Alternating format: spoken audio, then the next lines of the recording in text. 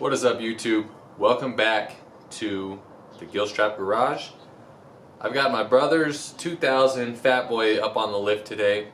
This bike is actually pretty special to me and the whole family, I think. This has been in the family since about 2004. Had a couple different facelifts. It's seen some better days, but recently we've been putting a lot of time into this thing, getting it going. We're installing a new light and license plate mount. The fender that we're running doesn't have any mounts on it. It's a nice, smooth, clean look. Still got to get those finished and get those put on the bike, but we're getting everything buttoned up in the meantime. Before I start this episode today and walking you through the problems that I'm having, I want to let you guys know that I have a few hats left, or some regular snapback hats and some trucker hats. Few left of these. I printed these up. I had these embroidered for customers if they were interested. They didn't sell quite like I thought. A lot of them had already bought t-shirts and other things like that from me. If you're interested in one of these hats, I'm going to ship them to you for 30 bucks while they're still available. Drop a comment if you want one. I'll tell you how to get a hold of me and we can get you guys a hat. I do appreciate the support. I appreciate the growing support, the continued support, the interactions with the channel.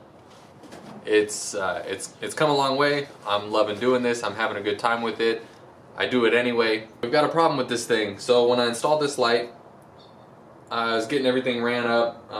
We kind of made a new harness here, made a new pigtail and everything for it. I really like these Dutch connectors more than anything. I've got all the tools to do the correct crimp fittings on them and everything. So I switched over to this because the wiring that was on the bike was kind of hacked at the plug, so I just cut everything off and made my own new connection. But as I was wiring this thing up, I got my running lights good. My brake light, it's only coming on with the lever, with the handlebar controls. When you hit the foot pedal, the lights don't come on. The brake light doesn't come on. I can show you guys what's happening real quick. Plug in my harness. Okay, you can see we've got our running light there. We have a brake light when we pull the lever at the handlebar, but when we go to use our back brake with our foot, the light doesn't come on. So what do we do about that? I'm going to tell you what we do about that. First, we're going to kiss it. Keep it simple, stupid. Makes my life very easy when it comes to troubleshooting electrical, because you can automatically go to worst case scenario and just be chasing a bunch of problems that you don't have. Okay, first thing we're going to do is we're going to check our fuses. And now I know all these fuses are good because when the bike was brought to me and I started cleaning everything up and putting a little bit of time into it, it had a bunch of mix-matched fuses. Every one of these should be a 15 amp fuse, one of the little blue ones. There were some 25s in there, there were some 10s, there were some 20s, they were all jumbled up. So I took all those out. Actually, I had one of the old ones sitting here earlier. Yeah, there's one right there. I put all 15 amp fuses in it. I know all the fuses are good. Nothing blew when I turned the bike on, so I don't have any shorts anywhere, any direct shorts anyway. So from there, what I wanted to do is go over to the right side of the bike. We'll do that right now. Alright, so here we have our back brake. We know that we're able to get power to the back light. There's one wire that's going to control power to the back light, but it's going to come in two different ways, from the handlebar and from somewhere along the rear brake system. So I went and located, it's going to be hard to see. Okay, so what I did is I went and located the back brake, the rear brake switch, which is right here where my screwdriver's touching. You can see the brake line going to the caliper. You got these two wires coming in right here. This is just a pressure switch. So what I wanted to do with these two wires is make sure that I was getting power to it. So I've got my voltmeter here. Kind of shove it in the frame. I've got my voltmeter there, and I'm just going to disconnect these two wires here. Okay, we're going to pull those off to the side. Yes, I know one of the exhaust mount bolts is missing. So I've got those two wires pulled to the side here, right? And now what I'm going to do is I'm going to turn the bike back on.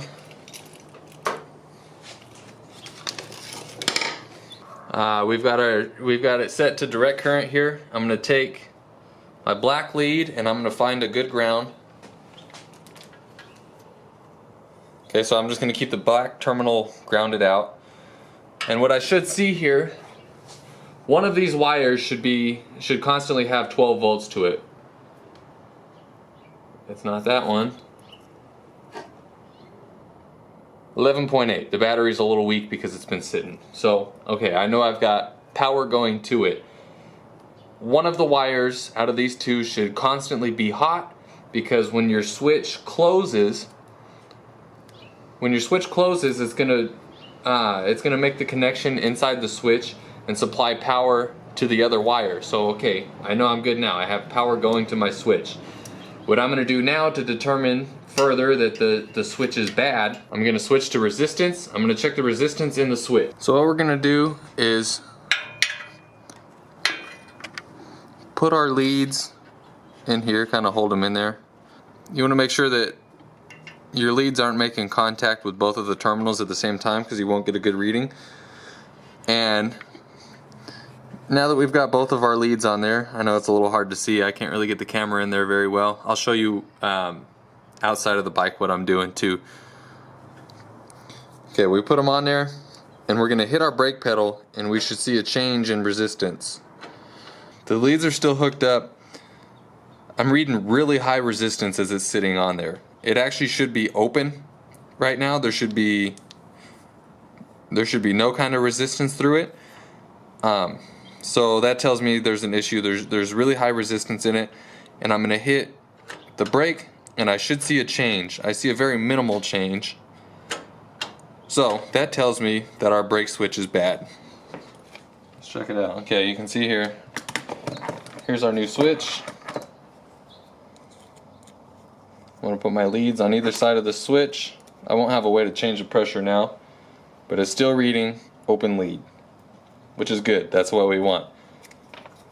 So now I'm going to pull the old switch out, install some Teflon on this, some oil resistant Teflon, and install a new one. Okay, so I've got some oil resistant Teflon installed on that plug. We're going to go back to the bike now and pull the old one out. I'm going to just get a pair of channel locks, or maybe. Okay, she's coming along now. You're going to lose a little brake fluid when you open this thing up. I'm going to take a rag and clean up as much of this debris around here as I can. And we're going to install a new one.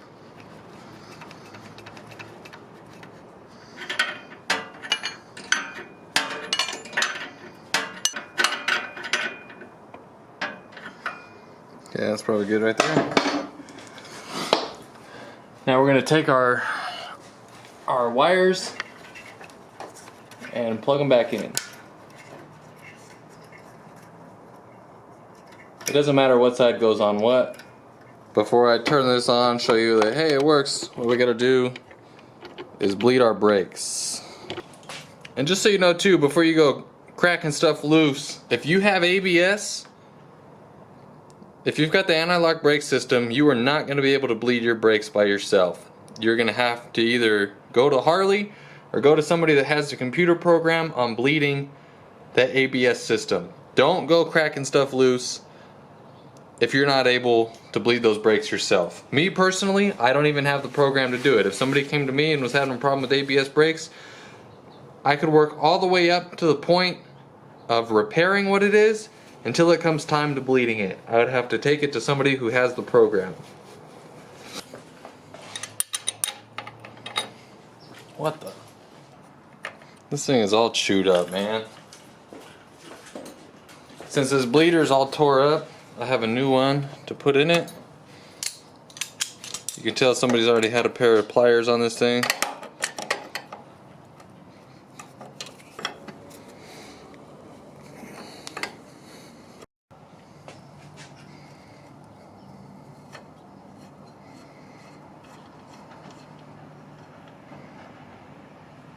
There's the old bleeder. Ooh, it looks ugly in there. Here's the new bleeder. that I can actually put a wrench on. They have a tapered fit on the end, so you don't have to worry about putting anything on the threads.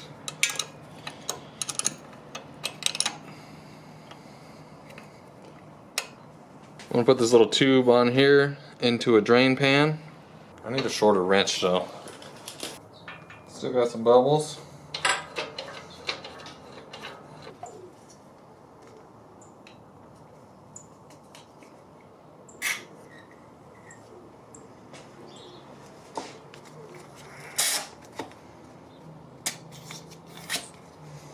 Pull all that old fluid out of there.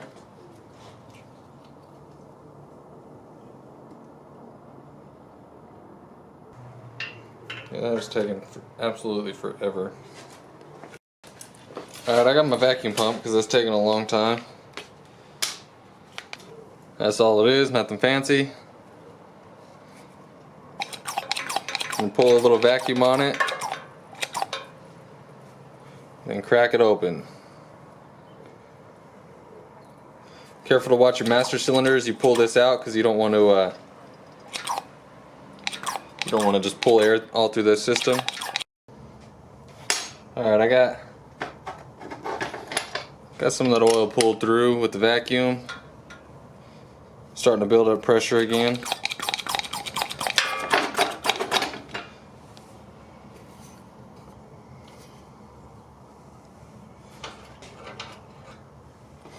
Yeah, I'm gonna go back to bleeding it by hand now.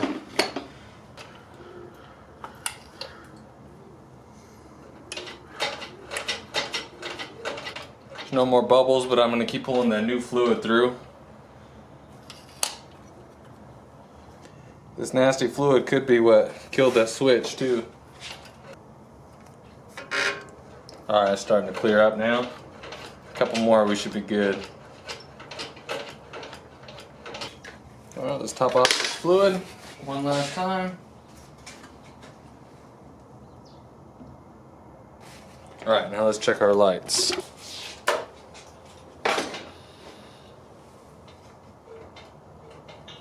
Hey, check it out, we got it.